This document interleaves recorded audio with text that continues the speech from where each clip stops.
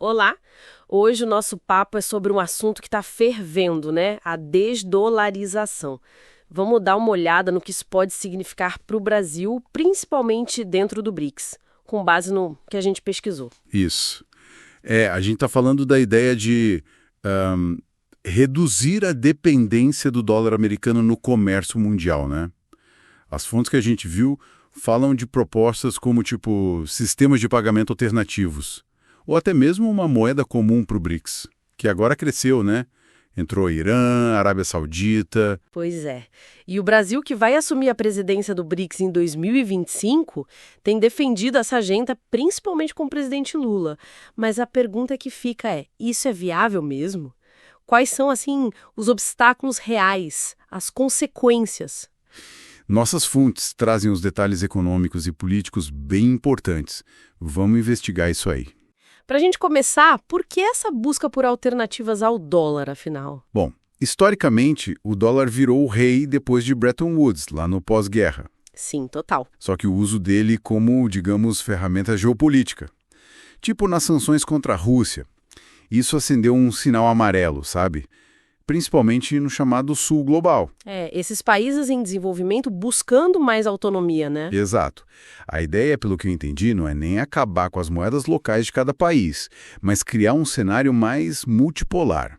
Talvez com algo como o BRICS Pay, aquele sistema de pagamentos, isso para facilitar as trocas diretas entre eles. Ou uma unidade de referência comum, né? Uma unidade de conta.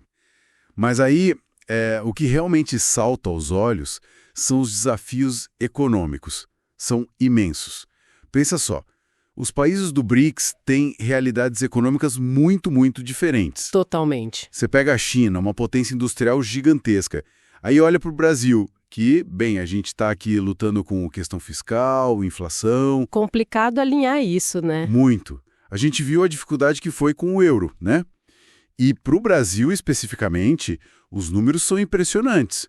As fontes dizem que em 2023, 95,84% das nossas exportações e 80% das importações foram faturadas em dólar. 95%? É muita coisa. Muita coisa. E a gente ainda depende de um monte de insumo importado que é cotado em dólar. Então, essa transição é um passo enorme, arriscado e pode ter resistência interna, viu? O agronegócio, por exemplo. Faz sentido essa resistência olhando esses números. E, além disso, tem os custos, né? Não dá para ignorar. Ah, os custos? Criar uma alternativa ao SWIFT, como esse tal de BRICS Pay, isso deve exigir um investimento altíssimo em tecnologia, em infraestrutura. Exatamente. E para o Brasil, com as restrições fiscais que as fontes apontam, parece um desafio bem grande, né? Bem grande. E ligado a isso, tem um impacto direto na balança comercial e na inflação também. Como assim? Por um lado, usar moedas locais ou, sei lá, essa unidade de conta, talvez reduzisse custo de transação com parceiros importantes, tipo a China, nosso maior comprador. Ah, entendi. Menos conversão de moeda, talvez. Isso. Mas, por outro lado, a instabilidade do câmbio no curto prazo é um risco sério. A gente já sente aqui quando o dólar sobe, né? Sim. O preço de tudo que é importado vai junto. Nossa, nem me falha. E mesmo se a gente usasse outras moedas fortes, tipo o yuan chinês, que até está sendo mais usado, bateu recordes recentes, ainda tem dúvida se ele tem a mesma liquidez, a mesma aceitação global que o dólar tem. Ainda não tem, né? O dólar ainda é o dólar, né? E saindo um pouco da economia e indo para a política, a coisa também não é fácil. Nem um pouco. Internamente, as fontes mostram que tem setores importantes da economia com o pé atrás, com medo de perder competitividade. E rola também aquela discussão, né? Acusações de que a motivação do governo seria mais ideológica do que prática. Sim. Essa crítica aparece. E lá fora, a tensão com os Estados Unidos é real, especialmente com ameaças como as do Donald Trump, falando em tarifa de 100% para quem avançar na desdolarização. Isso deixa o Brasil numa saia justa diplomática, né? Com certeza. Uma posição bem delicada. Agora, olhando os possíveis impactos, um benefício que as fontes destacam seria, claro, ficar menos vulnerável às sanções financeiras dos Estados Unidos. Que foi o que pegou a Rússia, né? Exatamente. Outro ponto, poderia fortalecer o comércio dentro do próprio BRICS. E, em teoria, daria mais autonomia para o nosso Banco Central na política monetária, menos dependente do que o Federal Reserve decide lá nos Estados Unidos. Ah, isso é importante. As taxas de juros deles mexem com tudo aqui, né? Fluxo de capital, custo da dívida. Mexem demais. Só que tem o outro lado da moeda, o risco de isolamento econômico e as retaliações comerciais como essas ameaçadas pelo Trump. Isso é muito real e poderia bater forte nas nossas exportações. Complicado. E tem a imagem do Brasil lá fora, né? A percepção. O governo diz que busca autonomia, não confronto. Sim, a linha oficial é essa. Mas a retórica, sabe? Criticar o dólar como arma política. Isso pode ser interpretado de outro jeito, por parceiros, por investidores, pode gerar ruído, afetar investimento. É verdade, a comunicação é chave nisso tudo. Então, resumindo o que as fontes mostram, o cenário tem duas caras, né? De um lado, essa desdolarização parece uma chance para o Brasil ganhar mais autonomia, mais protagonismo global, ainda mais com a presidência do BRICS vindo aí em 2025. Sim, tem esse potencial. Mas, do outro lado, os obstáculos são, gigantescos. Vão desde a dificuldade de coordenar economias tão diferentes, os custos altíssimos de criar uma nova infraestrutura, Até a resistência política aqui dentro. e as pressões geopolíticas fortíssimas de fora, principalmente dos Estados Unidos. Para navegar nisso tudo, parece que precisa de uma abordagem assim, muito pé no chão, muito técnica. Cautelosa. Exato.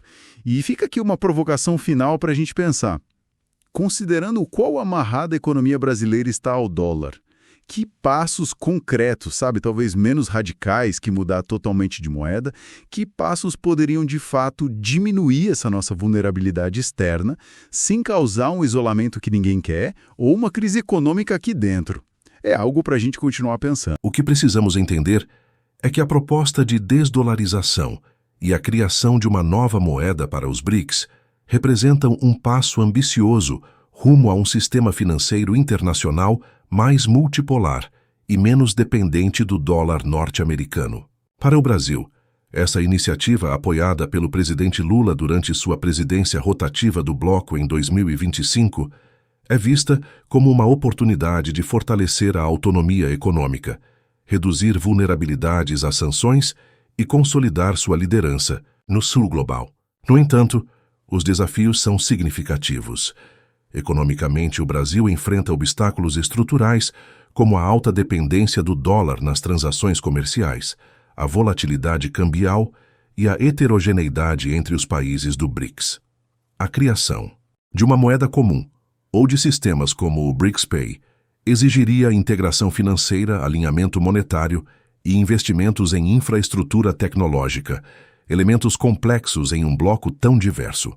Além disso, a ameaça de retaliações comerciais dos ICEA, como tarifas sobre exportações brasileiras, impõe riscos reais ao comércio exterior. Politicamente, a iniciativa enfrenta resistência interna, especialmente de setores ligados às exportações, e levanta tensões geopolíticas com os EUA, agravadas pelo discurso de confrontação adotado por figuras como Donald Trump. A politização do tema pode intensificar a polarização doméstica e dificultar a construção de consensos. Embora a desdolarização possa trazer benefícios a longo prazo, como maior estabilidade monetária e novos caminhos de financiamento, a transição exige cautela, diplomacia e planejamento estratégico.